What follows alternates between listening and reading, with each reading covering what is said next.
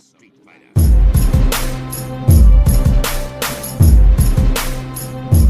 What's going on, fight fans? This is Capital Combat. The name says it all. I'm Rob Jarrell, and this is the recap to HBO's HBO Championship Boxing featuring light heavyweights Dmitry Bivol versus Isaac Chilemba and Sergey Kovalev taking on a lighter Storm Alvarez. So we're going to start with the undercard.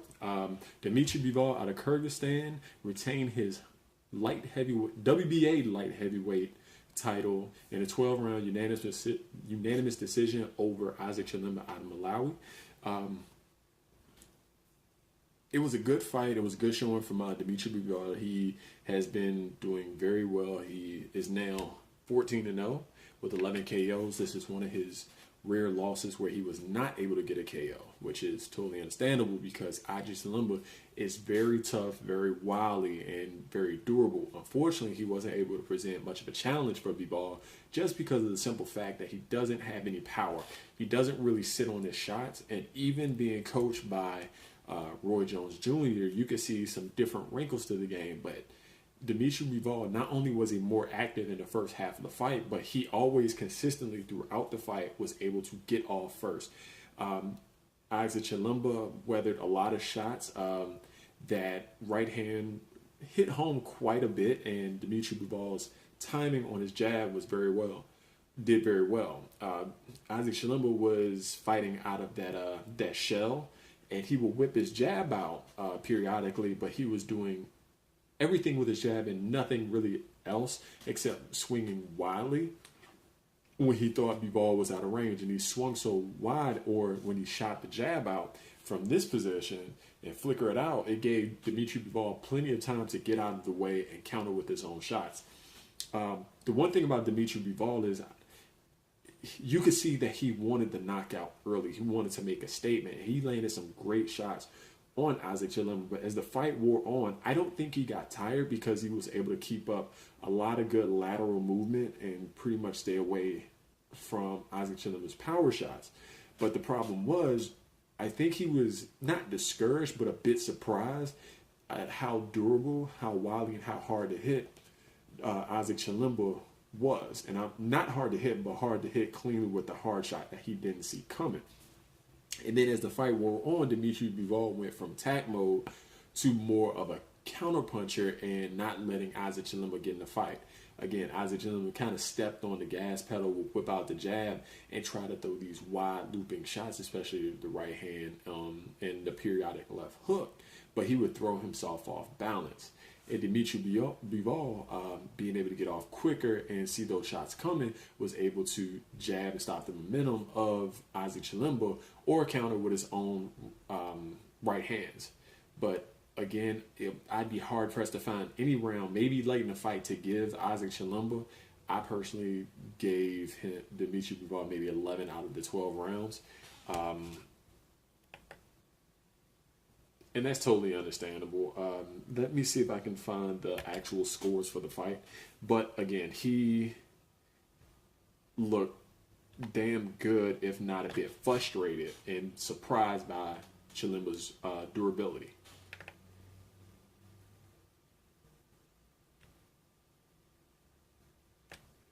And people will call it dull, but again, you're fighting a guy like Chilemba who's not as offensively minded, but very defensively responsible and very tough to get out of there. Remember, he retired in his last fight versus Kovakev. He took a lot of punishment, and he was knocked down but not out by Sergey Kovalev.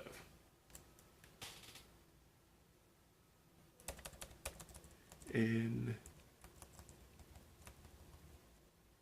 yeah, all the scores were 120 to 108, but there was one that was 116 to 112. That doesn't make any sense. I don't understand how George Hill, who is the judge, would actually score that fight 116-112, which means it was 8 rounds to 4. Be hard-pressed to find 4 rounds to give to Chilemba. But he retains his light heavyweight title, and he says he wants to fight the winner of the Sergey Kovalev-Alvarez fight, which in itself was a surprise. Alvarez was the underdog coming in this fight. He didn't have a lot of knockouts. He had some quality wins in taking out Lucian Butte and beating John Pascal in a majority decision.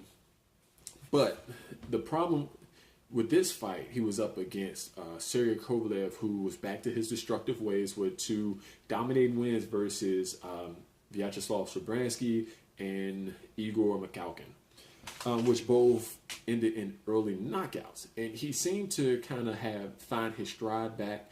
And in this fight, he was doing the same thing. He has that fencer type style, which he paused at the jab, that long, that strong jab, pokes, is very hard, and he comes crashing in with that right hand, which he can throw from a multitude of angles. But this fight, you actually saw Sergey Kovalev expand his repertoire. You saw him commit fully to going to the body, jabbing and throwing the right hand to the body, and not just tying up or trying to push his opponent against the ropes when he's on the inside, but more so fighting, throwing hooks to the body, throwing the hooks upstairs, and landing the occasional uppercut. And Alvarez did a very good job rolling with those punches. Even when he was hit cleanly, again, I told you, you have to kind of watch out for that jab, and the right hand followed right behind the jab with ducking to your right if you're an orthodox fighter, because that puts you right on Kovalev's right hand, which he did a good job of. But what I also pointed out in the preview was that Shabransky was able to stop Kovalev's momentum.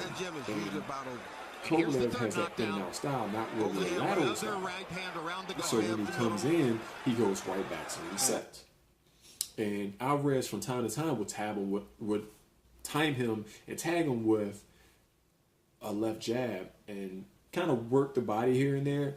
It was very sneaky. I think that it might have been overlooked in the scorecards, but every now and again he would throw out a 1 and a 1-2.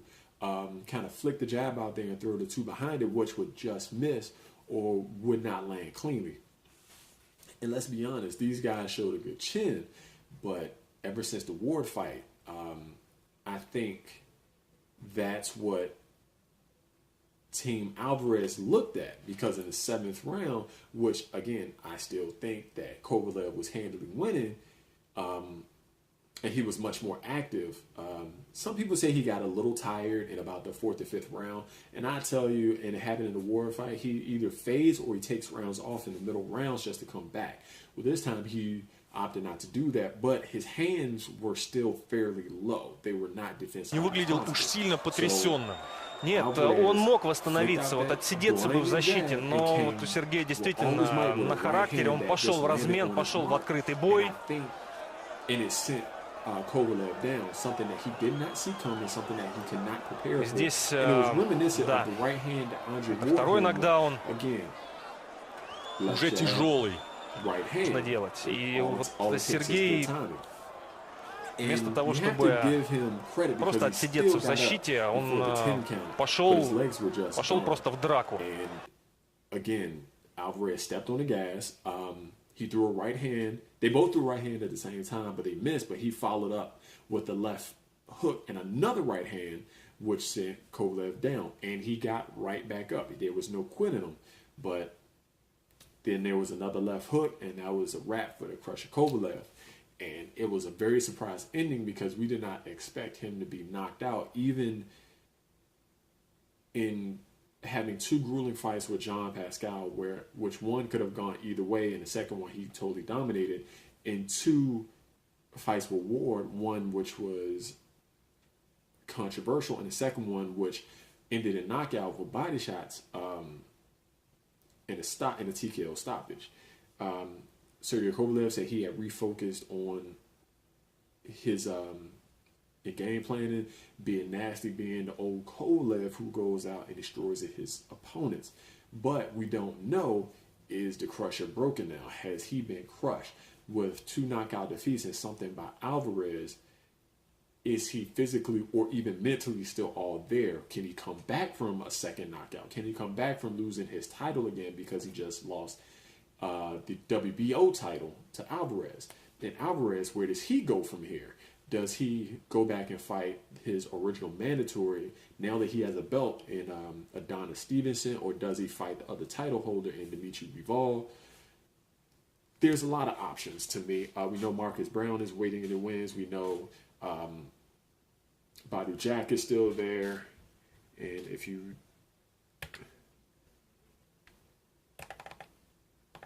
let me take a look at the division again.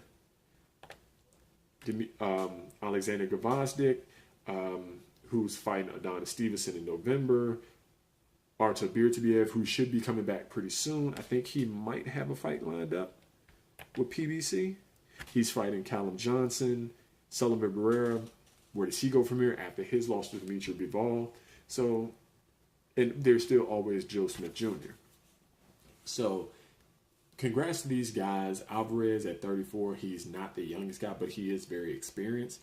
Has finally got the belt, and he should be getting several paydays going forward. Sigurd Crusher, Kovalev kind of goes back to the end of the line maybe. I think he's still better than anyone. Well, it's kind of hard to say because we know Bivol has moved up. Alvarez got the win. Gvozdyk is a huge, he's in contender status, right? Not contender status. He is now, contender status. I don't think he's a champion yet. Yeah, he's not a champion yet. And remember, Artur Beterbiev has the IBF, and Alexander Gvozdyk is the interim titleist for the WBC, which is why he's fighting Adonis Stevenson for the regular title. So that's all I got. Hopefully we see Sergey Kovalev come back because the top 10, this is a super deep division. It is a lot of guys that is definitely worth fighting. That's going to be interesting. Maybe he can add to that Hall of Fame resume and get some more quality wins before he decides to hang him up. Tell us what you think. That's all I got for you today. Please respond in the comments. If you haven't subscribed, hit that subscribe button, hit the like button, share with your friends, communicate with us at Capital Combat at Facebook, Capital Combat at Twitter, Instagram, Google+, at Gmail. We always like to hear from you and respond to your comments to us. Keep it respectful to us and each other. And until next time, fight on. This is round one, and you've already lost. They don't seem to see that everything we've done is coming.